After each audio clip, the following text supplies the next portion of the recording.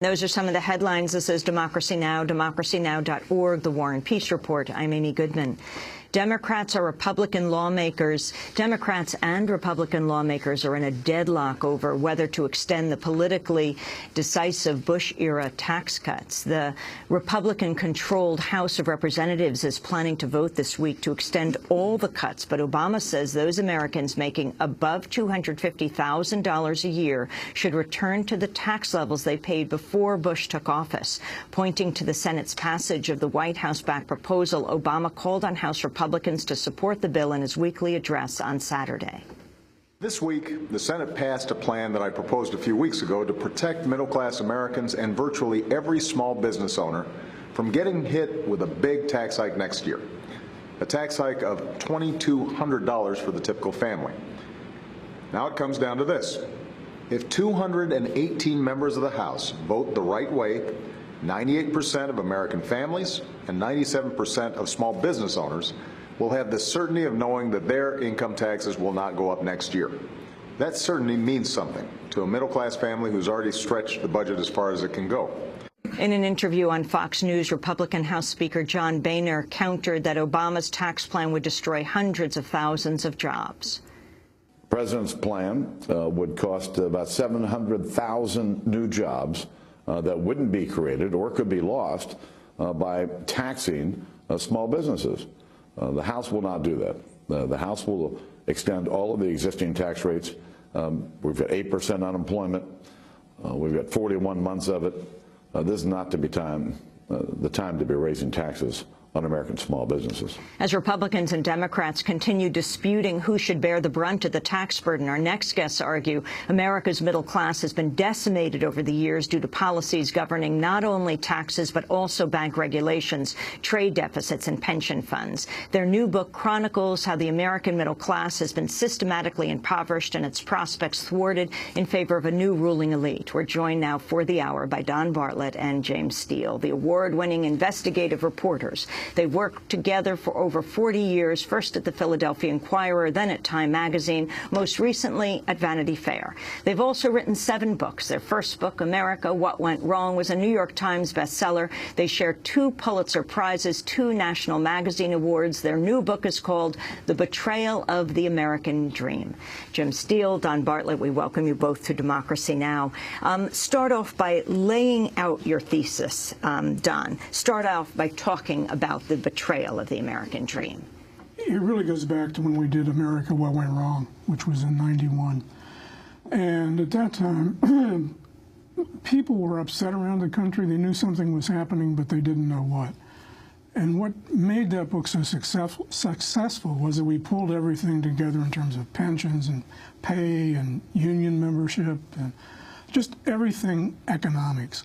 And you could see that there was a systematic attack going on in the middle class.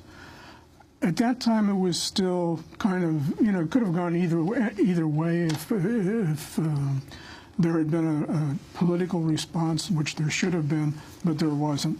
And as a result, when we received just literally hundreds and hundreds and hundreds of letters and emails over the last several years saying, would you go back and look at this in terms of what you wrote the first time?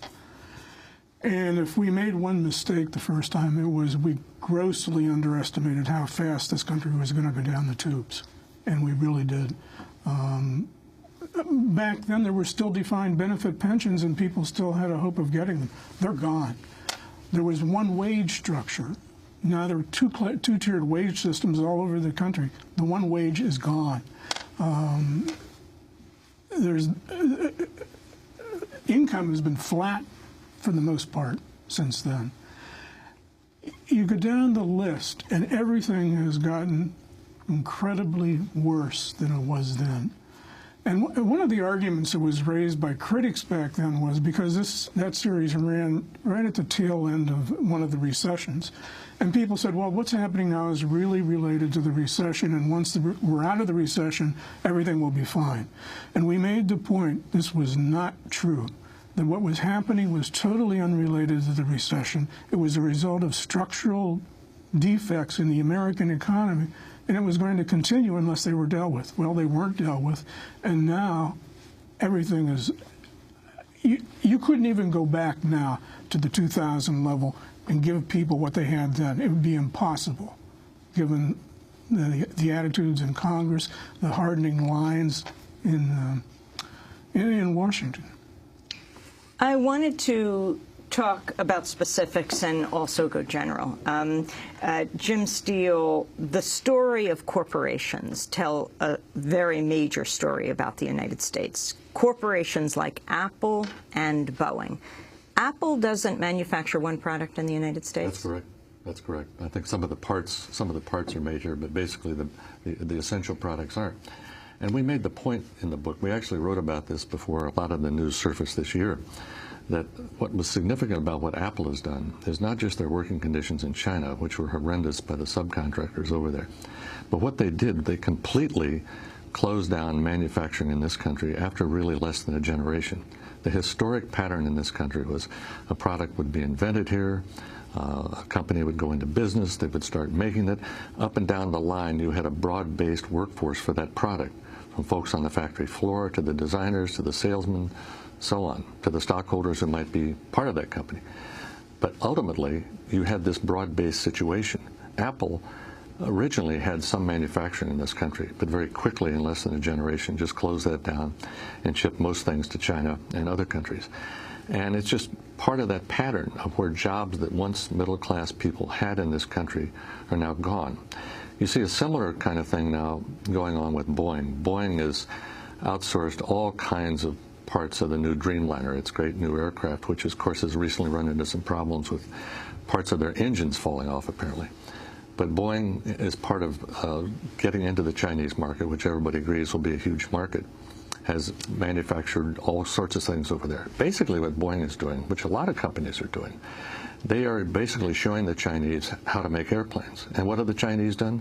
They're creating their own civilian aircraft industry, where we were told, I think in this country, the idea was have some presence there so we can sell them airplanes. But where is that going to lead down the line if we are turning over to them some of the technology that will let them build airplanes that are our principal export in this country? And how much of that information, that knowledge, is taxpayer financed?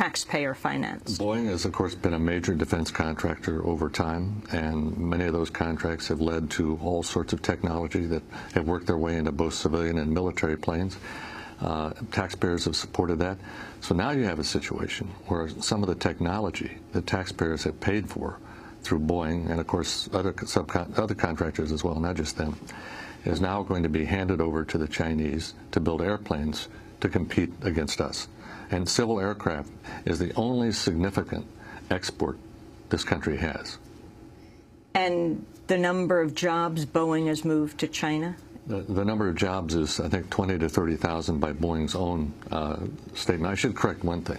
We have other exports, but in civilian aircraft is the only thing where we have a surplus of exports. We export a lot of things, but in most of those products, like auto parts and things of that sort, the imports vastly overwhelm our exports. Back on Apple, earlier this year, Democracy Now! Spoke to Charles Duhigg, a staff reporter for the New York Times. I asked him about President Obama's meeting with the late Steve Jobs of Apple in February of 2011 to see what it would take to make iPhones in the United States. This is what Charles Duhigg said. One of the things that President Obama asked was, is it ever possible to bring back those jobs to the United States, to make iPhones in the U.S.? And what Steve Jobs said was, I think accurately, those jobs are never coming back. And the reason why isn't just because workers are cheaper in China, although they are cheaper in China. It's because China has established a huge competitive advantage over the U.S. There's supply chains that exist in China and Asia now, which the U.S. simply can't replicate. I also asked the New York Times reporter Charles Duhigg about the human costs of Apple products for workers in China. What Apple says, and you have to take Apple at their word because they're a major corporation, they usually don't lie about stuff like this, is that they say every single time they find a violation inside a supplier, that they mandate that a change is made and a management system is put in place in order to prevent that from occurring again. The difficulty is when you look at the aggregate statistics that Apple publishes every year, we see the same violations occurring again and again and again. New York Times reporter Charles Duhigg about the human costs of Apple products. James Steele. I think he's right that these Apple products are not going to be coming back here. But the issue isn't that they'd be coming back here. The issue is what happened to let them go over there to begin with. And I think the point could easily have been made, Apple could still certainly have kept some manufacturing in this country. Doesn't mean you couldn't also have some manufacturing elsewhere. Nobody said that. But the point is they made a conscious decision to go over there. And the reason a lot of companies do that, it's not just the cheap labor. The Chinese have a system in place that subsidizes companies, land, low-interest loans, a whole range of things, the kinds of things that a company in this country cannot compete with. So it goes way beyond the labor. We talk about free trade in this country, but other countries don't really practice free trade. And China is a perfect example of that. I mean, how is a company over here expected to compete with a company that has that kind of support that can then bring its product back here duty-free? I mean, it's almost impossible. And this is true of dozens of products, not just computers and iPhones. Why couldn't Apple build factories here Well, now? I mean, they could if they wanted to, but I'm just saying it's just not going to happen because they don't want to.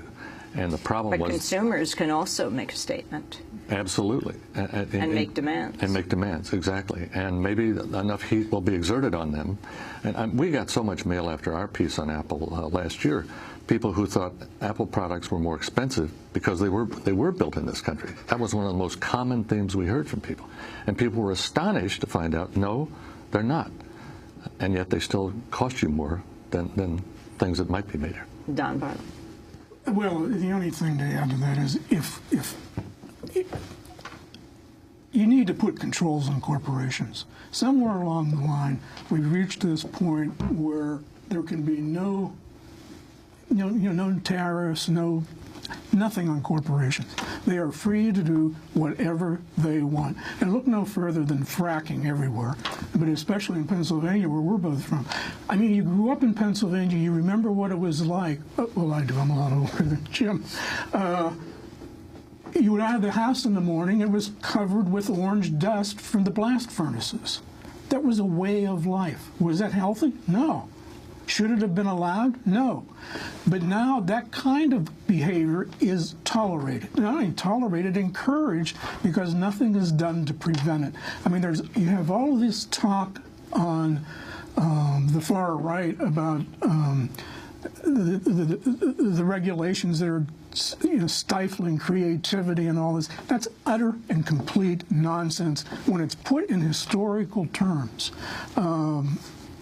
It is just mind-numbing that we've allowed this, because Jim made the distinction.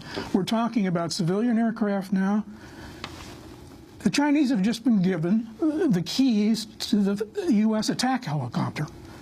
What does this say? I mean, back as an old Cold War era, in which I spent a few years in counterintelligence, security clearances would have been killed then, automatically for the corporation. And this is just mind-numbing that nobody says anything in Washington. They like to pretend they're in charge of something. They're not. They're just there to do whatever the corporations want them to do. Interesting. Let me qualify this. This is my mistake more often than not. I say corporations. We need to distinguish between global corporations and domestic corporations, which truly are being screwed in Washington. The domestic companies, who are the ones that employ the people in this country, have really taken it in the ear, and only because Washington it gives a free pass to the international, the global corporations. And Jim Steele, the statement on Apple products, designed by Apple in California. Right. But manufactured elsewhere. And in the past, I mean, this is the point I was trying to make earlier. In the past, you had a whole chain of people. You had the inventors, you had the designers, you had the people who manufactured, you had the people who sold it, and then, of course, at the end of that, you had the consumers who bought that product. And this doesn't mean that you can't have factories elsewhere. But the idea that we do not have the capability of building these products in this country, that we do not have all the engineers to do that, I mean, we just totally reject that. I mean, too many people have told us that. Too many people in manufacturing in this country who are very upset by this whole trend, because they say separating the design from the actual manufacturing floor is a huge mistake. That's the way so many great things were done in the past. That's where you got your new products from. That's where you got your innovations from. And if you're not making it on the floor, it doesn't come. We're going to come back to this discussion. Don Barlett and Jim Steele are our guests, the authors of The Betrayal of the American Dream, the Pulitzer Prize-winning dynamic duo.